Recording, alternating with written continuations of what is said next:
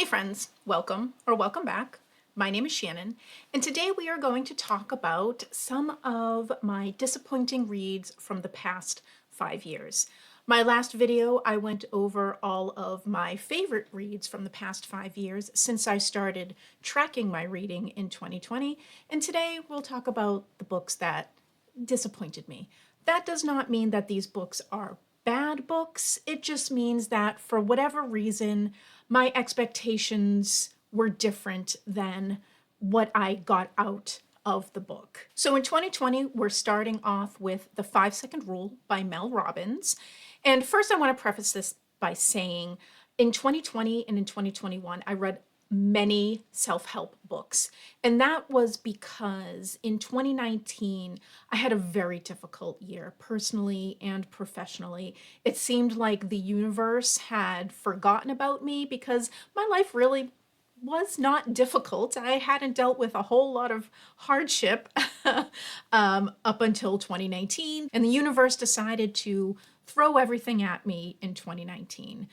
So going into 2020, before the pandemic even happened, I had, been beaten around a little bit. I was exhausted physically, mentally, and I was just grasping at anything that could purport to help me. I was just grasping at straws. I just wanted someone to tell me what to do, both personally and professionally. I just wanted someone who had been through it to tell me all of the things. Where can I go? What can I do? And so I was just grasping at straws. And self-help books are not inherently bad, and I think they are very helpful if you need them, but they're also not for everybody. And sometimes I feel like some of these self-help books get published that, do not need to be published, but there is always someone who can resonate with certain self-help books. And there were some that I read that did resonate, that did help me, that did make me think that I had a modicum of control over my life. And that's what I was looking for. I lost all control in 2019, and in 2020 and 21, I was just looking for a little bit of control over my life. And so I read many self-help books, and in 2020, the one that disappointed me the most was The 5-Second Rule by Mel Robbins. And I liked her theory. The theory was just giving you the motivation to get something done. So basically, you want to do something, and for whatever reason, you're not doing it. And so you just sit back and count backwards, 5, 4, 3, 2, 1, and then just do it. Whether it's getting up at 5 a.m., your alarm goes off at 5 and you're just like, oh my God, I can't get up. I'm going to roll over. But then you just say, you know what? 5, 4, 3, 2, 1, do it. Just do it. I liked the theory. The theory was interesting, but this book could have been a blog post. There was no reason to waste the paper for this theory. And I just didn't like how she tried to stretch it into a book. And it was just a lot of fluff for a pretty good theory. Just do it. Just do it. And, sometimes that works for people. And I liked the theory. I just didn't like how that this was stretched out into a book. In 2021, I read Geisha, A Life by Mineko Iwasaki. And Iwasaki was a very famous geisha in Japan in the 1960s and 1970s. And geishas are female Japanese performing artists trained in traditional music, dance, singing, as well as being excellent conversationalists and hosts. The geisha's distinct appearance is characterized by specific kimonos, hairstyles, makeup, and they have been around for hundreds of years, with the first female geisha appearing in the 1700s. Iwasaki entertained many celebrities and dignitaries, including Queen Elizabeth and Prince Charles, who is now King Charles. And she ended up retiring at the very early age of 29, and she was also at the height of her fame. But she retired because she was very frustrated with the inadequate education system and the tradition-bound world of the geisha. She had hoped that her retirement would shock the community into making changes and improving the lives of the women, but unfortunately that just did not happen. She is most well known for being interviewed by Arthur Golden for his book Memoirs of a Geisha, which I've read and enjoyed. Apparently, he was supposed to keep her name a secret, but he mentioned her in the book's dedication, and I think he also mentioned her name in subsequent interviews.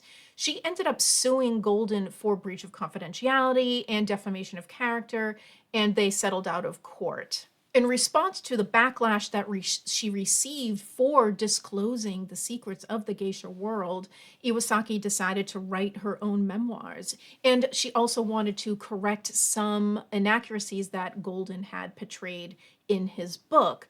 The main misconception being that being the supposed traditional sale of a geisha's virginity that Golden portrayed in his book. Geishas did not do that. It does have roots with courtly courtesans, but not with geisha.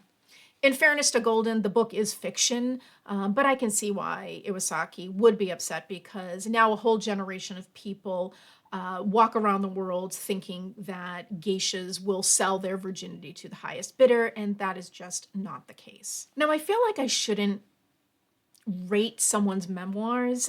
That is someone's memory of their life. You shouldn't be rating that. But this book, unfortunately, was very dry. And it could also be partially the fault of the collaborator and the translator, whose name is Randgale Brown. I was very interested in Iwasaki's life and what led to her to become a famous geisha and learn what Golden had incorrectly communicated, but I was so bored by this book that I was actually glad that it was over. So, unfortunately, I was just so disappointed in the book. I wasn't disappointed in Iwasaki's story. It really was fascinating, but just the way that the book conveyed it, it was just so dry and boring that I barely got through it. So this did disappoint me in 2021. In 2022, I read The Nightingale by Kristen Hanna. Now, this was published in 2015, and this is about two sisters trying to survive Nazi-occupied France in their own ways. Vianne is the older sister. She is a married school teacher with an 8-year-old daughter, and her husband has been captured as a prisoner of war. She struggles to keep herself and her daughter alive due to food rationing, no money, no job, and she's also forced to board Nazi officers in her home. She also takes a quiet role in the resistance by assisting with the hiding of Jewish children in a nearby orphanage. Now, Isabel, the younger and more impetuous sister, can't stay quiet, she can't stay still, and she must take a more active role in the resistance. She is expelled from finishing school and travels with rebels and ends up becoming a key member of the French resistance by assisting downed Allied airmen, helping them escape to British embassies in neutral Spain.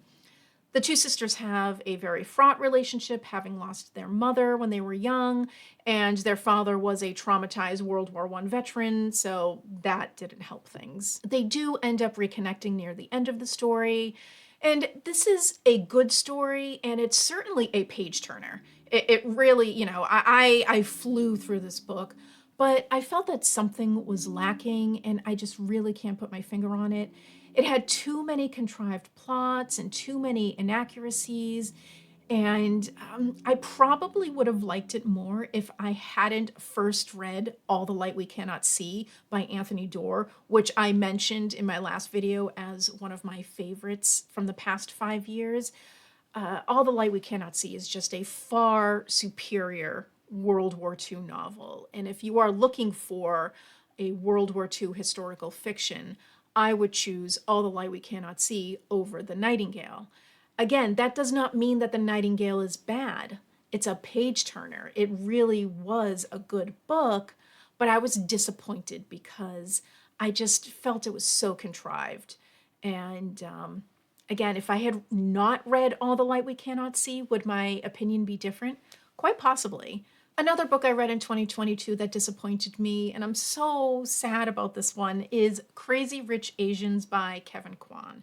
I read this because I love the movie. It is one of my favorite movies, and every time I see it, like on a plane, or, if I just want something light and funny when I'm at home, I always throw this on. And this book follows various storylines. We have Rachel Chu, who is a Chinese American professor at NYU, and her boyfriend, Nick Young, also a professor at NYU, but also comes from one of the wealthiest families in Singapore. We're also following Nick's mother, Eleanor Young. She is obsessed with prestige and pride, and she is not happy that Nick's girlfriend is not from a prestigious family, and she does try to sabotage their relationship. The next storyline is Astrid Leong, who is Nick's famous and beautiful cousin, whose marriage is falling apart.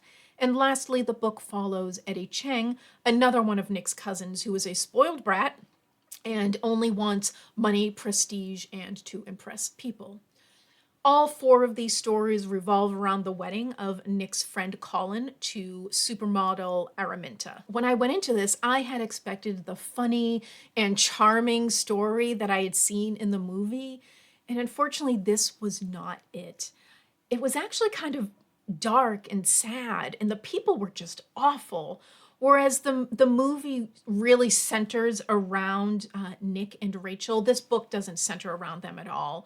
It really does weave in all four stories, but the movie was just so funny and lighthearted. And yes, the people in the movie were awful as well, but it was Hollywood awful, It just wasn't the same. Where the movie was just lighthearted, the book was not, in my opinion. I just didn't enjoy it as much. And again, this was not bad, it just wasn't what I expected. And because I don't read a lot of romance, and because I enjoyed the movie, I thought I was going to get a fun romance, and I didn't get that. So I was really kind of bummed by the book, but I still love the movie, and I'm going to continue watching the movie all of the time. In 2022, I also read Gone Girl by Gillian Flynn.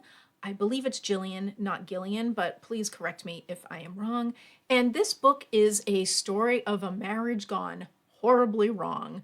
We are following Amy and Nick as Amy goes missing on their 5th wedding anniversary in what appears to be a violent struggle. And Nick is obviously the prime suspect. This is narrated by both Nick and Amy throughout the ordeal, and we see their story of, how they started out as opposites attract / crazy in love in New York to miserable marriage in small town Missouri. Each Amy and Nick tell their own story in alternating chapters, and we go from feeling bad about their respective situations to, in my case anyway, thoroughly loathing each of them. I hated this book. I hated it. And I'm actually surprised that I finished it. And it's probably because I read it in 2022 before I came to terms with that it was okay to DNF a book. Now I'm DNFing books all of the time. Back then, I did not DNF. I hated this book. These two characters are probably the worst characters I've ever met in literature. And this is probably a testament to Flynn's writing, because this was clearly intentional. She wants us to dislike Nick and Amy. And funny enough, it actually took me a couple of years to finish it. So I think I started it in 2020, and then I got halfway through it and I hated them so much, I put it aside, and I finished it in 2022. I literally did not want to be in the same room with this couple. They were so horrible. And so I have not watched the movie, and I have not read anything else that Gillian Flynn has written, because I hated these characters so much. I hated this book. And again, a testament to Flynn, because this was intentional. She wanted us to dislike these people, but Oh man, I'm surprised I even got through it. So, Gone Girl by Gillian Flynn, I just, not was not even disappointed by this book. I just hated it. So in 2023, I read The Last Story of Mina Lee by Nancy Jooyoun Kim. And in this story, we follow Margot Lee as she starts digging into the past of her mother, Mina Lee, after Mina dies under suspicious circumstances. Mina was a Korean War orphan and an undocumented immigrant, and Margot knows very little about her mother. Unfortunately, this book was very forgettable, so much that I had to look up the plot before filming this because I just literally could not remember a dang thing. And even my notes that I wrote down after I finished the book didn't help. I had to read some reviews to refresh my memory, but again, it's still not helping. I cannot remember hardly anything about this book, which is not a good sign.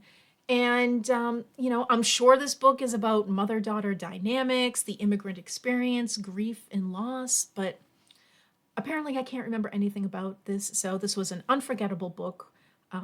So unfortunately makes it to my most disappointing reads. In 2023, I also read Jamaica Inn by Daphne du Maurier. And this is set in the early 1820s. And in this story, we're following Mary Ellen, whose mother has passed away.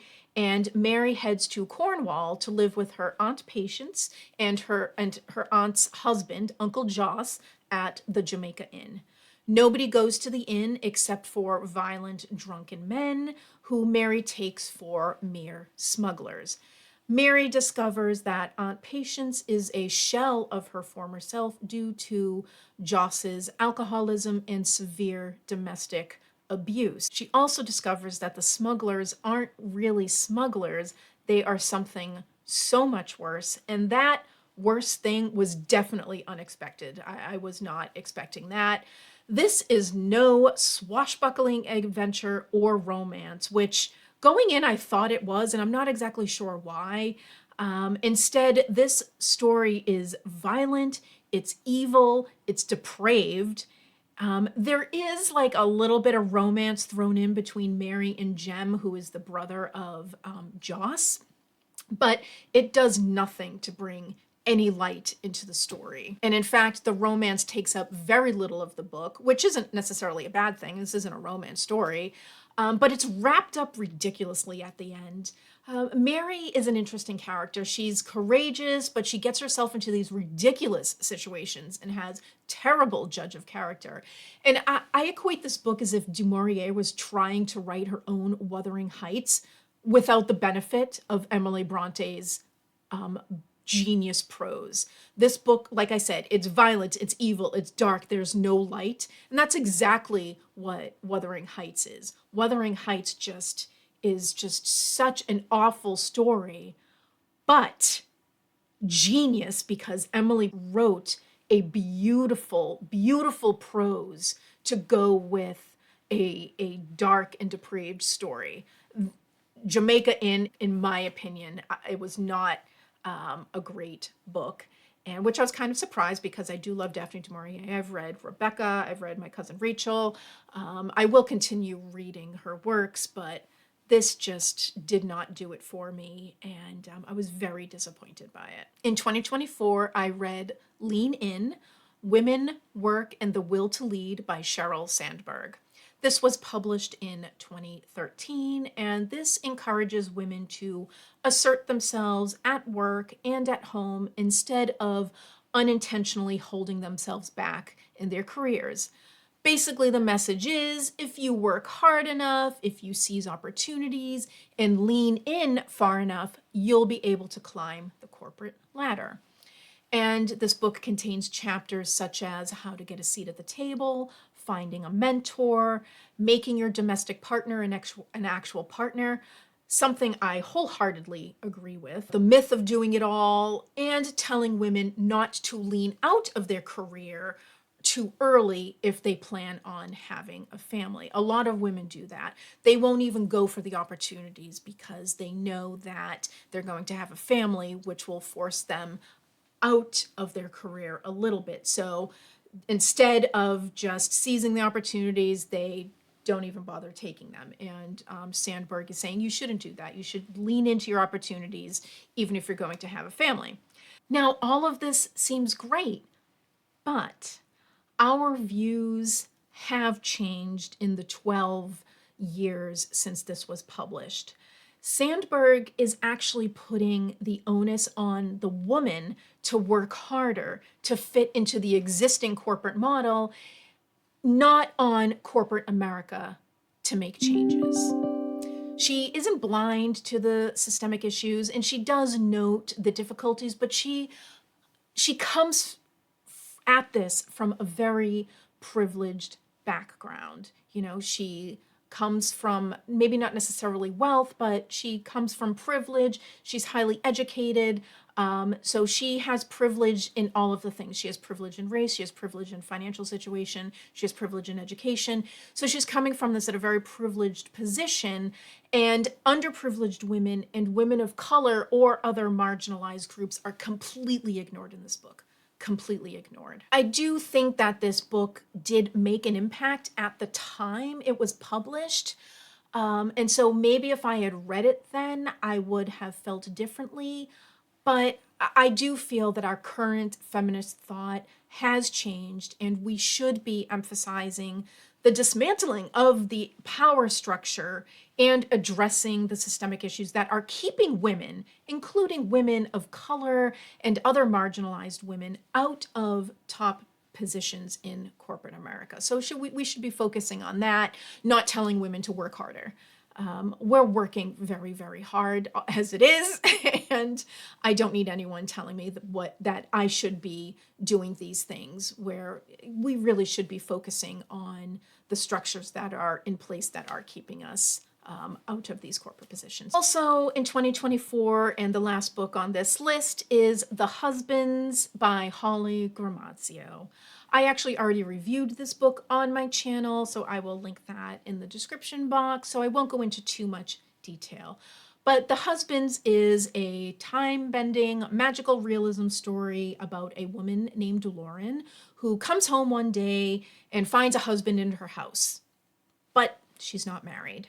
This husband ends up going up into the attic for something, and then he doesn't come back down. Instead, a different husband comes back down. Lauren quickly realizes that every time a husband goes up into the attic, a new one comes down. And each time a new husband arrives, other things change in her life and her apartment, and she's kind of launched into some, parallel version of her life. It's as if the attic is Tinder. You swipe or you send the man up into the attic and then move on to the next. And I'm sure that this is supposed to be a funny commentary on dating and all of the options that are out there. How do we navigate love with so much choice?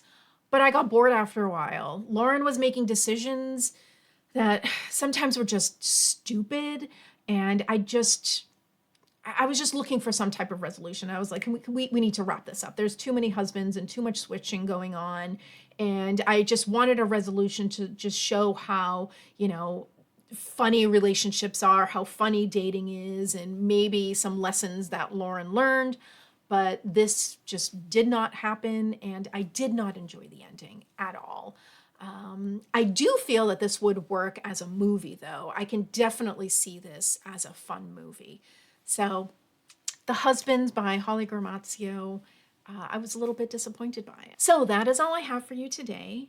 Thank you so much for joining, and let me know if there are any books that you've been disappointed in lately. Let me know. I'd love to hear from you. Thanks again for joining, and have a great day. Bye.